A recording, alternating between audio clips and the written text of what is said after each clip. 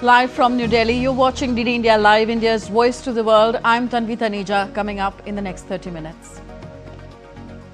UK, French and German foreign ministers set to offer Iran diplomatic solution to the conflict at their meeting in Geneva. Trump sets two-week window over West Asia conflict.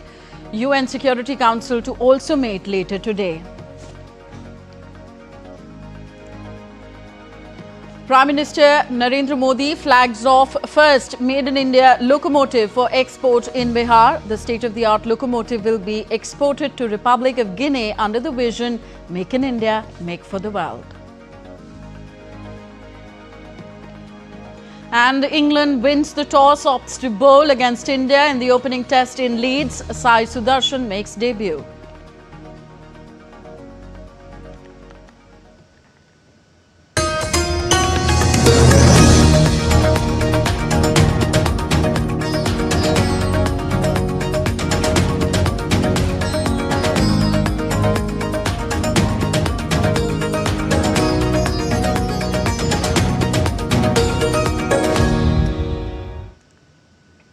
So another day of attacks and counterattacks continued between Iran and Israel. The week-old conflict seems to be escalating with each passing day, with no sign yet of an exit strategy from either side.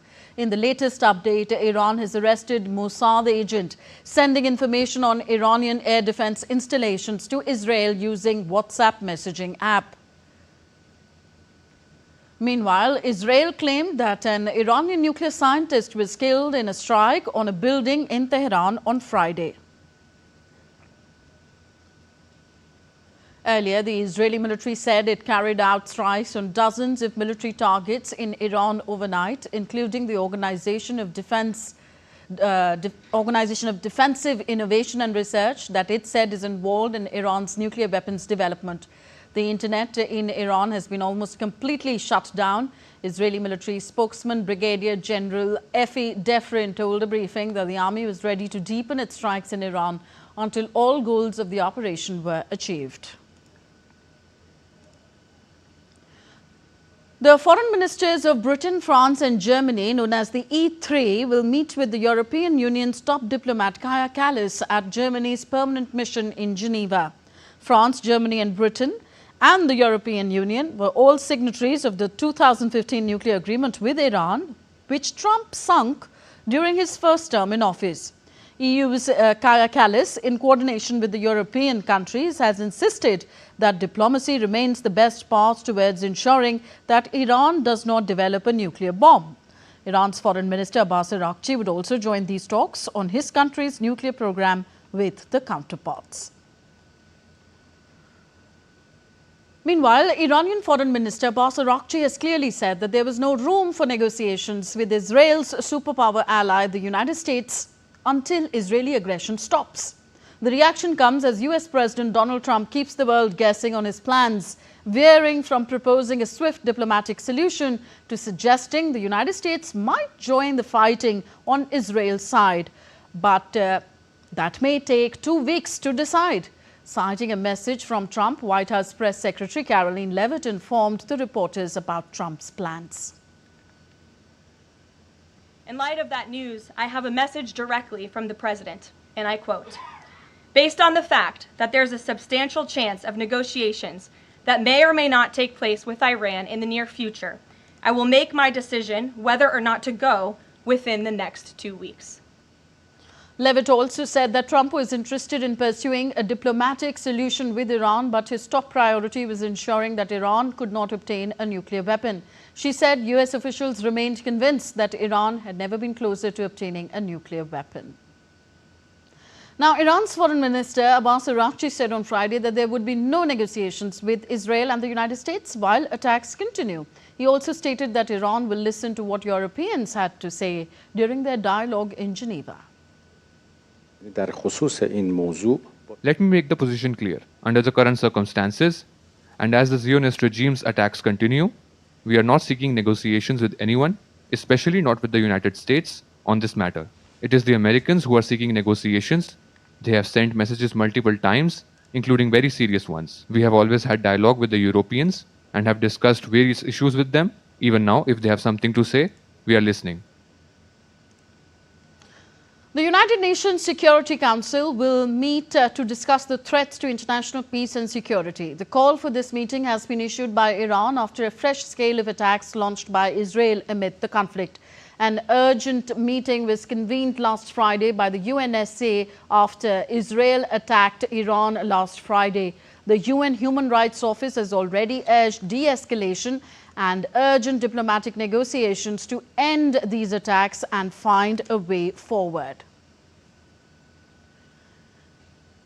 As Israel and Iran enter the 7th day of their conflict, countries around the world are stepping up efforts to evacuate their citizens and closed airspace amid rising tensions. On Friday, 61 Chinese nationals were safely evacuated from Iran to the UAE, while Romanian Air Force planes carrying evacuees from Israel landed in Bucharest. UK's Foreign Minister David Lammy said that Britain is also working with Israeli authorities to arrange charter flights for British nationals from Tel Aviv. Meanwhile, Slovakia and Australia have announced the temporary closure of their embassies in Tehran, citing worsening security conditions. Germany's new economy minister is on her first visit to Washington, D.C., where she also aims to support ongoing trade negotiations between the EU and the US. Joining us with more on the story is DW's Chiponda Chimbelu from Berlin. Hi, Chiponda. Where do the talks between the EU and the US stand?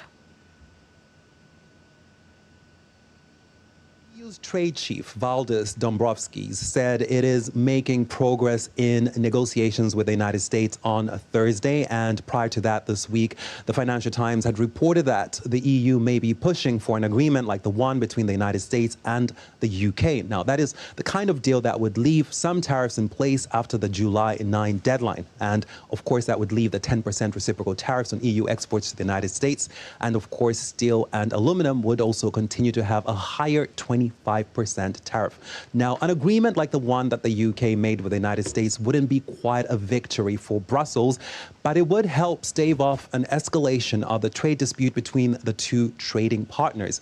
But of course, it is hard to say where negotiations really stand. EU officials have been cagey about giving minute updates on the negotiations, and it does appear that the United States isn't budging on much. So not much compromise going on there from the United States.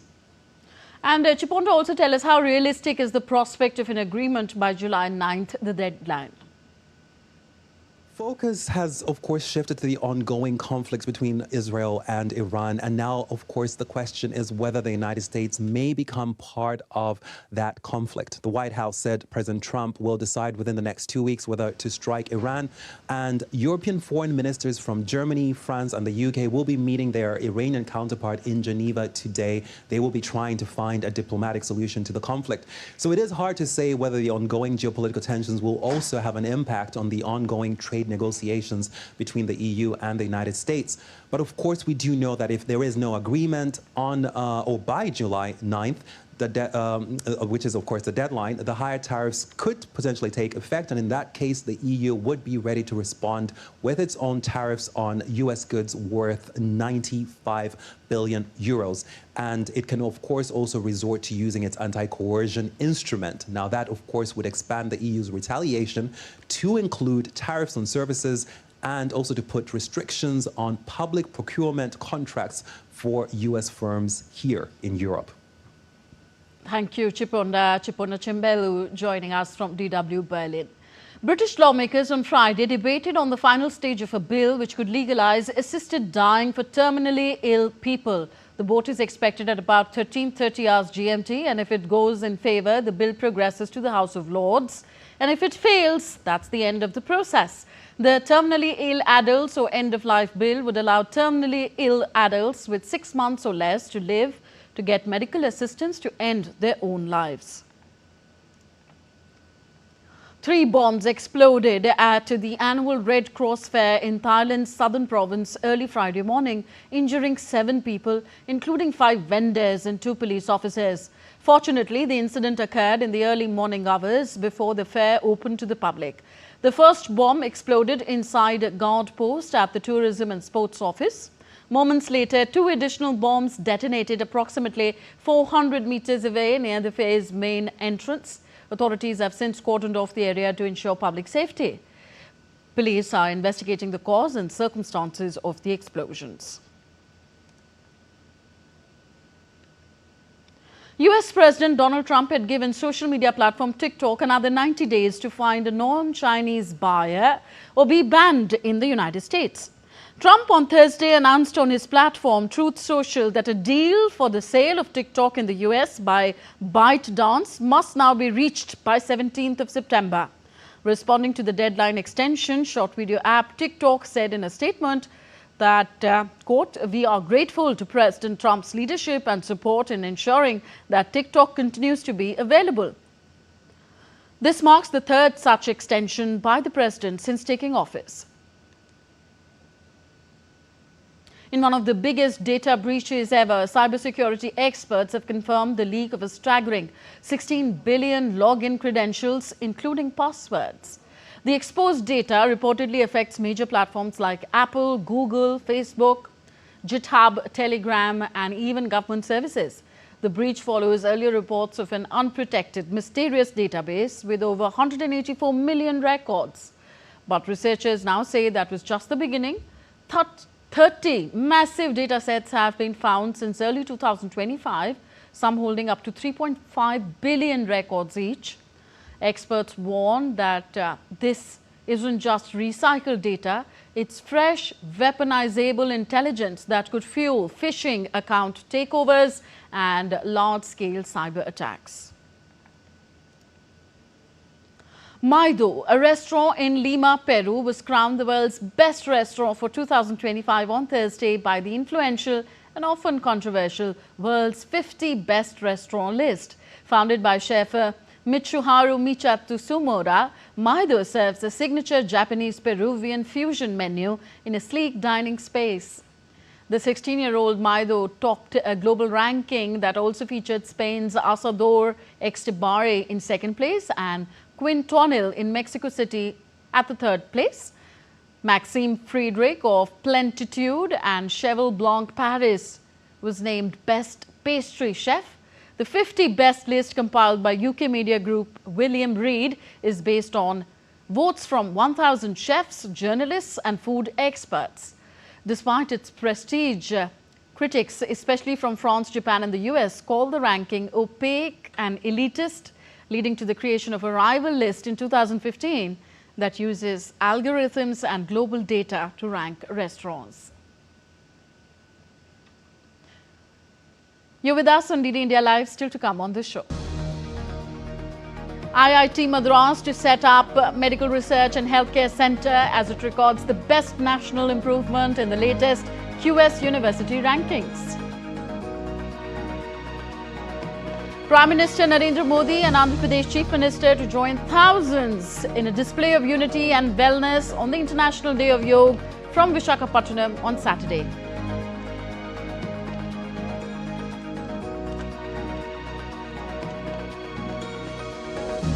And around 25,000 tribal children from Andhra Pradesh perform 108 sun salutations or Surya Namaskars in 108 minutes, aiming to create a new world record.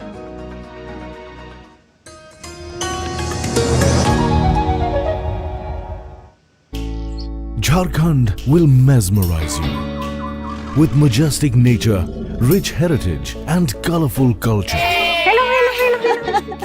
Johar. Johar. It fits perfectly. Thank you. Full workout हो गया. Ready?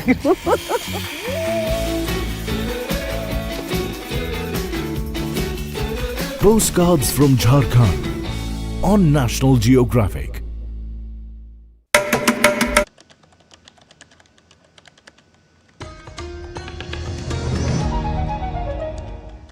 Welcome back. You're watching DD India Live. I'm Tanvi Taneja. President of India Draupadi Murmu on Friday visited the National Institute for Empowerment of Persons with Visual Disabilities at Dehradun. During her visit, the President interacted with students, reviewed facilities and emphasized the importance of accessibility and equal opportunities for all. Speaking at the event, President Murmu noted that the National Education Policy 2020 includes specific provisions for ensuring equal learning opportunities for differently abled children. राष्ट्रीय शिक्षा नीति 2020 में दिव्यांग बच्चों को अन्य बच्चों के समान अच्छी शिक्षा के अवसर प्रदान करने का प्रावधान है। सुगम्य भारत अभियान के माध्यम से सरकार दिव्यांगजनों के सशक्तिकरण और समान भागीदारी के लिए प्रयत्नशील है। ये अभियान सुगम्य भौतिक वातावरण, परिवहन, सूचना एवं संचार परिस्थिति तंत्र विकसित करने पर बल दिया गया है। सरकार का ये प्रयास रहा है कि दिव्यांगजनों की पहुंच सरकारी भवनों, संस्थानों आदि में सुगम्य बनाया जाए। Earlier in the day, President Murmu graced the opening of Rashtrapati Niketan at Rajpur Road in Uttarakhand in the presence of Governor, retired Lieutenant General Gurmeet Singh and State Chief Minister Pushkar Singh Dhami. The President also graced the opening of the Rashtrapati Tapovan and laid the foundation stone of Rashtrapati Udyan. Later in the evening, the President will release a postage stamp on Raj Bhavan Nainital on the completion of its 125 years.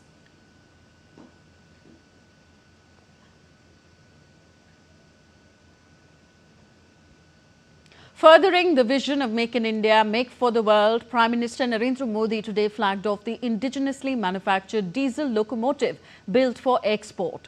Built at Bihar's Mauritius plant, the state-of-the-art locomotive will be exported to Guinea, a coastal country in Africa.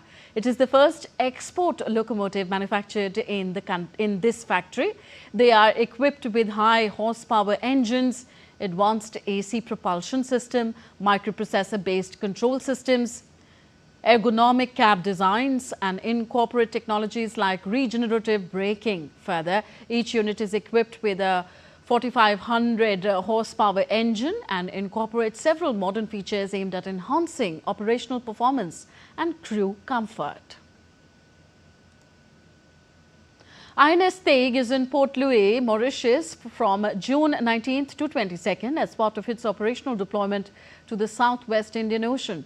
The Indian Navy ship will conduct joint surveillance of Mauritius's EEZ with the National Coast Guard, strengthening maritime security and combating illegal fishing.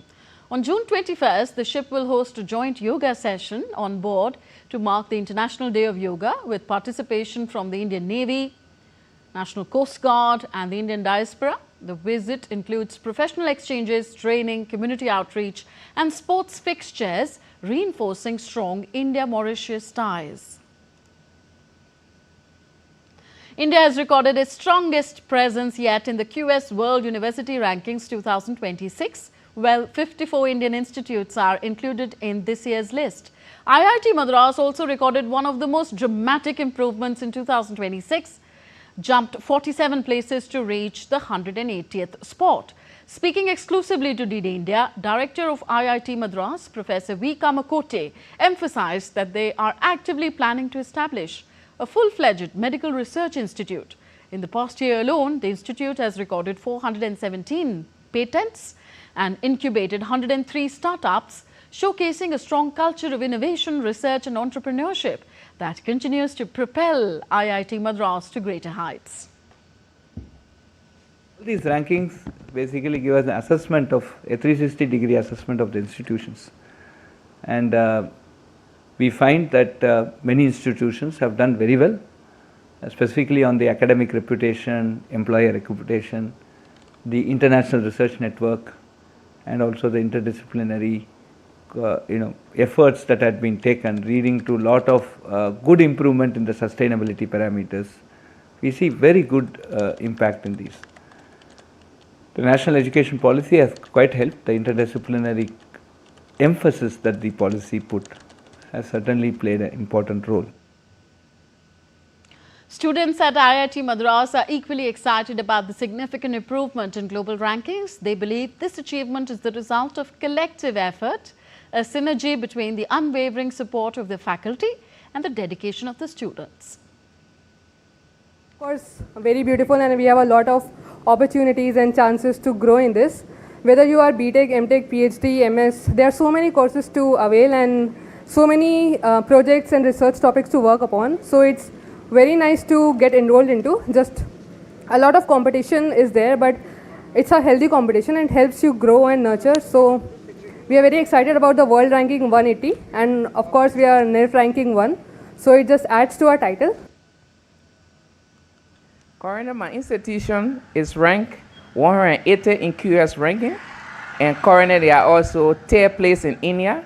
It's something I'm actually excited about because there is an institution that I have learned a lot from, especially in the area of research.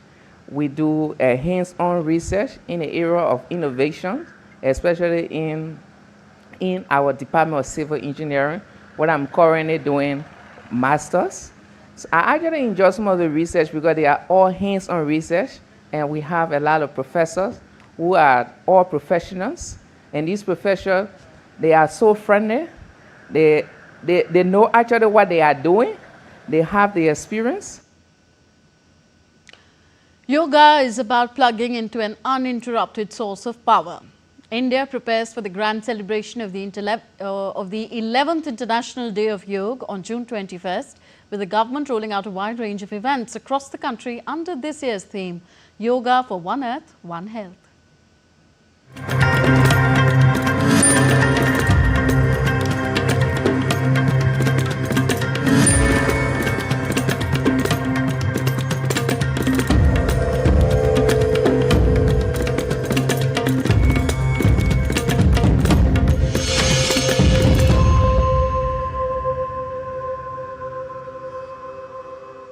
First, we take you to Vishakam, where the stage is all set for a grand celebration of the International Day of Yoga.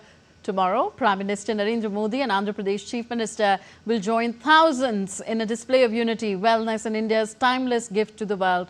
DD India's Siddharth Bharadwaj reports. Famous for its beautiful beaches and natural beauty, Vishakam in Andhra Pradesh is fully prepared to host the 11th International Day of Yoga. The main event will take place at the RK Beach in Vishakam. This year's Yoga Day will be grand and unique in many ways. Prime Minister Modi will participate in the main event and perform yoga. Andhra Pradesh Chief Minister Chandrababu Naidu will also join him at the event. To make this celebration historic, the state government is making special arrangements. Under the Yoga Andhra initiative, the government is preparing to set a world record by organizing a mass yoga session with 5 lakh people on the beachside RK Beach Road. The special thing about this event is that this will be participated by 500,000 people, which will be a world record. Earlier record was 165,000, 1,65,000. So it will surpass that record. A green carpet has been laid on the road in front of the main stage. Large LED screens have been installed all around so that people can follow the 45-minute yoga protocol easily. Representatives from several countries will be participating in the grand celebration. Additionally, students from 20 countries currently living in India will also be joining the yoga event. Yoga sessions will also be held on board Indian Navy ships, where officers and personnel will participate. Residents of Vishakam are equally excited and proud that their city is hosting this year's celebration. We are very proud and very happy about that. At least 5 to 10% growth will come for us, especially for the Visagians. We are celebrating the International Yoga Day.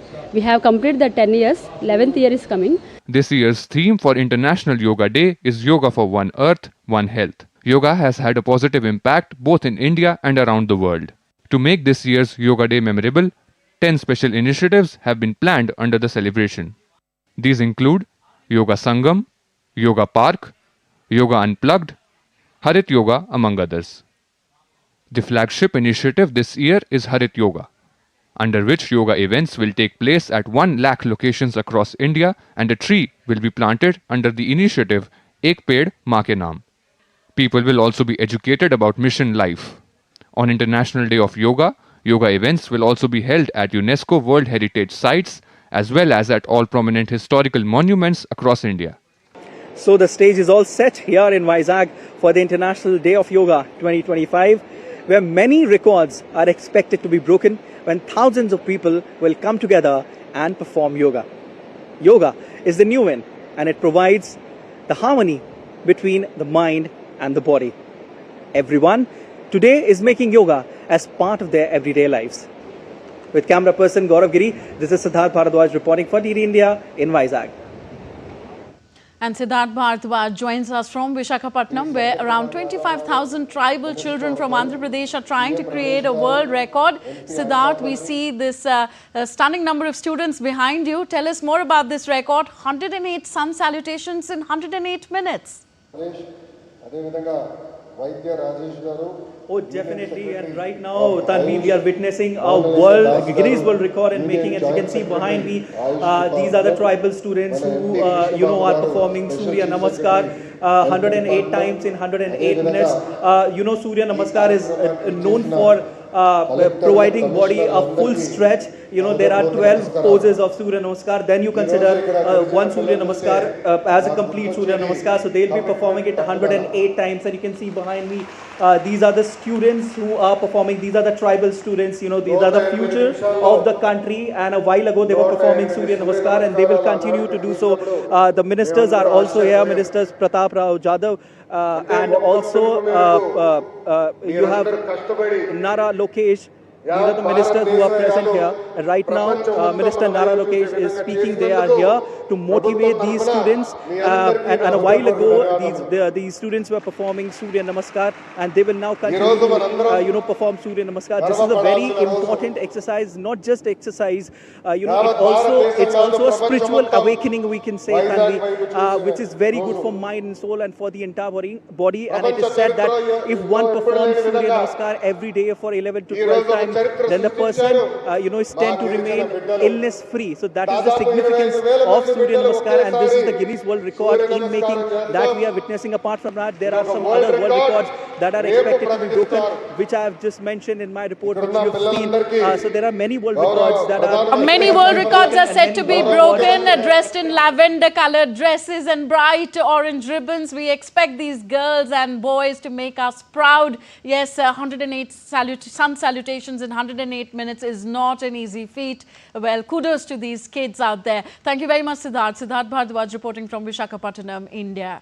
That's all for this edition of DD India Live. Do let us know your thoughts on the news of the day. For those of us on the go, you can download our DD India mobile app for quick news and updates on the go. The app is available on both Android and iOS platforms.